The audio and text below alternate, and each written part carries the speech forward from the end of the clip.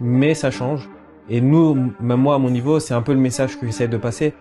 C'est que je viens d'un quartier populaire, j'ai des parents qui sont pas entrepreneurs, mais j'ai pris le risque et je l'ai fait et j'essaie de prouver aux gens que c'est possible.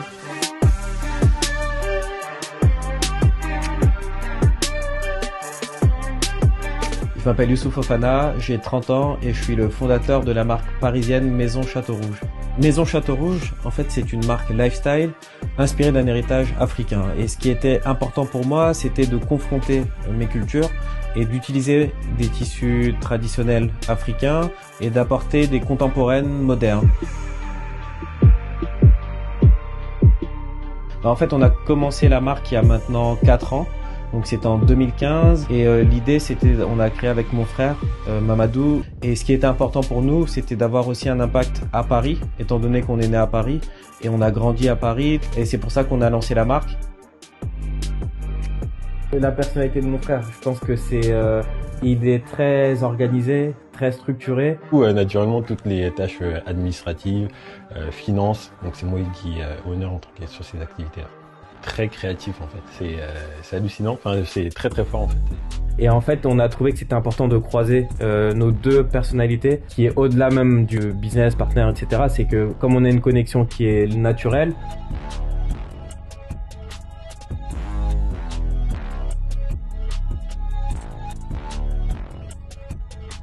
finalement j'ai toujours vu ma mère porter du wax, porter ce tissu, ma grand-mère également, mes tantes. Naturellement, moi, c'est un tissu qui m'est familier parce que depuis très jeune, je pense que c'est même les premiers tissus que j'ai vu porter lorsqu'on parle de vêtements et de mode. La mode est un monde dans lequel il faut se renouveler sans cesse. Et aujourd'hui, les gens ont envie de couleurs, ont envie de joie, ont envie de gaieté. Mais on arrive en fait à apporter des couleurs, quelque chose de plus chaleureux et de plus humain. Et c'était important pour moi de leur rendre ça, entre guillemets, et c'est pour ça que j'ai décidé d'acheter mes tissus chez ces commerçants et de créer mes collections à Paris, de produire à Paris, pour montrer voilà, que ce tissu, entre guillemets, appartient au quartier.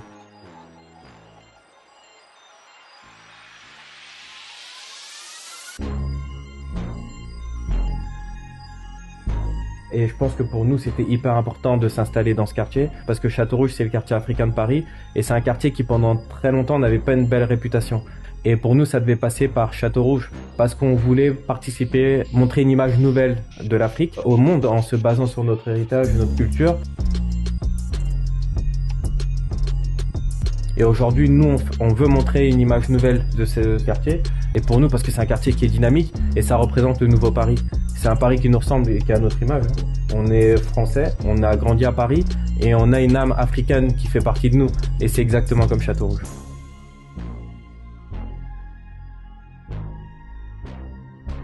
Parce qu'il y a les réseaux sociaux, parce qu'il y a des outils comme Instagram qui aujourd'hui nous permettent d'avoir une vision du monde global en étant juste à Paris. Et je pense que c'est ça qui nous donne une force aujourd'hui et qui fait qu'une génération comme la nôtre, aujourd'hui, on peut avoir une résonance plus large. Lorsque je lance un projet comme Maison Château Rouge, je réussis à avoir un écho à travers le monde parce qu'il y a la force des réseaux sociaux. Mes conseils pour des fondateurs et des jeunes entrepreneurs, je pense que c'est la première chose avant tout, c'est d'être curieux. Il faut être authentique et raconter une histoire qui est vraie et qui est réelle. Ce que j'ai appris avant tout, c'est qu'il faut pas se poser trop de questions et beaucoup écouter son instinct. Si tu mets de la conviction, tu le fais avec le cœur et avec de la sincérité, bah forcément les portes s'ouvrent, et c'est ce qui s'est passé.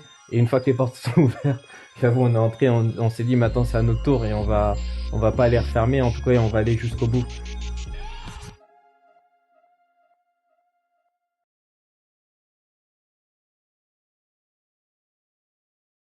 Most of the time as an artist, you don't have that many people that believe in you, and you really are going to need to hold on to that belief. You will make mistakes, and you're going to have to be honest about those mistakes, and you're going to have to be straightforward with yourself, and you won't ever be prepared.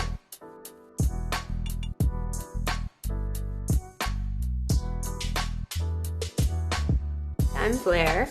I'm Eli. And we're the founders of Asp and Hand. We make glassware for everyday use.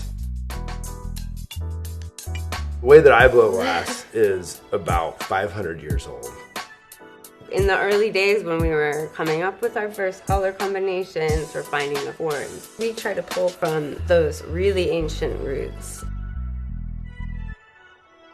Understanding tradition, working safely within it, but not working within the cage of tradition. You know, in some ways creating our own tradition, creating a space where we're making it this way with all of this knowledge. And I think we really wanted the aesthetic to come before the technique. And so some of our techniques are a little funky. They're a little controversial in the glass world.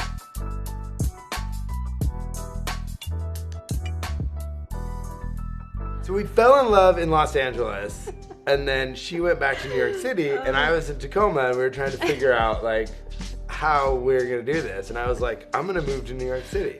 This is the end of January. By February, I proposed to her. By April 1st, I was moving in with her, and by April 16th, I was diagnosed with Hodgkin's lymphoma, stage 4. I went through chemo. After Eli was sick, we had 2 beautiful baby girls, Smokey and Frances. Smokey was maybe a year old when I was diagnosed with oral cancer. I had a tumor sort of right here in my neck in the very back of my mouth. It was during the radiation period that I was really affected most. And the cups became sort of my salvation. I was deriving comfort from feeling connected to them. That kind of experience really propelled me to feel confident enough to start the business. You share a cup with your family. Yeah. And, you know, making cups for you that you were designing, it just really felt like it was for that moment, for your sickness, for your wellness. And even kind of under duress in some ways, like brought us really closer. It was like really important to be there for each other. I think that's something that cancer has planted in us, is a real desire to slow our roll and just really try to be in the moment and appreciate it all. The name is very much a reminder that anything can happen.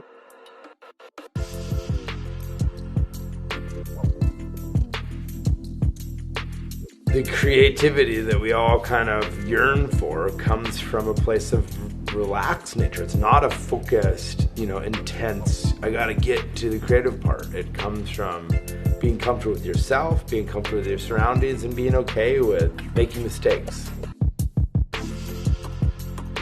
There's no way you can move to Bellingham, Washington and start a glassware company that you want to do direct retail from without Instagram. A real conversation can have a real connection where it's not filtered through some other medium.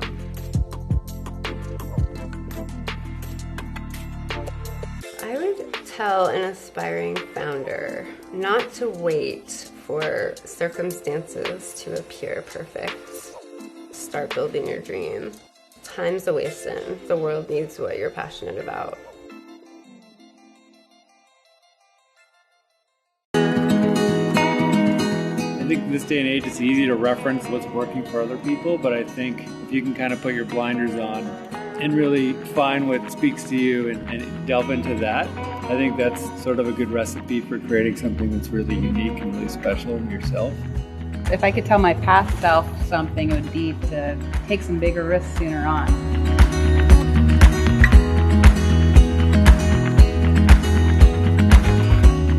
Hi, I'm Allison. And I'm Jay. We're the founders of Wonder Valley, and we're here in Joshua Tree, California. Wonder Valley is a celebration of olive oil for its holistic uses for both consumption and cooking, as well as topical use in skincare. We see it as a foundation of a healthful life and a fountain of youth ingredient. The things I love most about olive oil is how elemental and universal it is. On one end of the spectrum, it could just be a basic condiment to cook food, but on another end, it could be an ingredient in itself and really elevate a dish. So I love that it has this multifacetedness to it. Back in the ye old day of blogs, we both had our own. And you'd write me about photography stuff. I would ask her about cooking recipes and ideas. Eventually it turned into an actual pen palship where we were writing each other postcards. I was traveling a lot of the time. And then I had the opportunity to come to San Francisco, and so we had a first date that turned into a 10-day date that turned into me never leaving.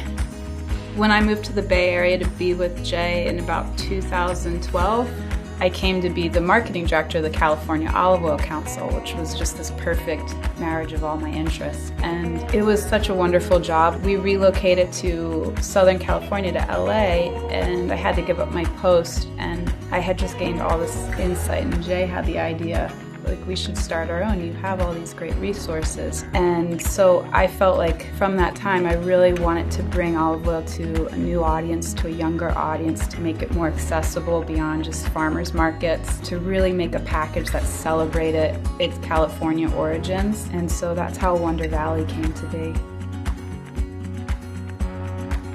With California, we're untethered to tradition. There's some olive varietals we use in our blends that would never be used in Italy for anything other than a table olive. But in California, people said, why not? It's okay if we blend a Spanish olive and Italian olive, and so that feels really cool to be part of something new while continuing this long-standing tradition. I think it's all about like making the ordinary extraordinary. So whether you're cooking a simple meal or making a salad, a great olive oil can elevate that dish and make it something really special. Right now, we're harvesting the fruit. When the trees start to ripen, the crew will carefully kind of rake at the trees, and it gets pressed within hours of harvest. It'll go to what's called a hammer mill. It'll jostle up a conveyor belt, get loose of all the debris. From the hammer mill, it'll go to a malaxer, which it'll apply like a gentle heat. It'll start to churn. You have this liquid that then goes to a centrifuge, which it spins around and starts to extract water from the oil. From there, you'll have big vats of olive oil. Once it's all done, it's blended and then put in our little bottles. I think working with a partner can be equally as challenging as it can be rewarding. There's definitely times where we see things completely differently, but I think in that tension, we create something that can be unexpected and really great, and something that we didn't see before. Instagram is great. It just keeps us so tethered to the world, finding resources and talent and even staffing. We do it all through Instagram. For me, what's most energizing as a founder is just hearing the feedback, hearing people who have said they've had problems with their skin for so long and they've tried our products and that they're having like real benefits and real breakthroughs and just their overall health. It's energizing that we get to just do this, period. It started just the two of us. The support we get, the feedback we get from the customers, it all just is gas in the tank to keep going, and we're really grateful for that.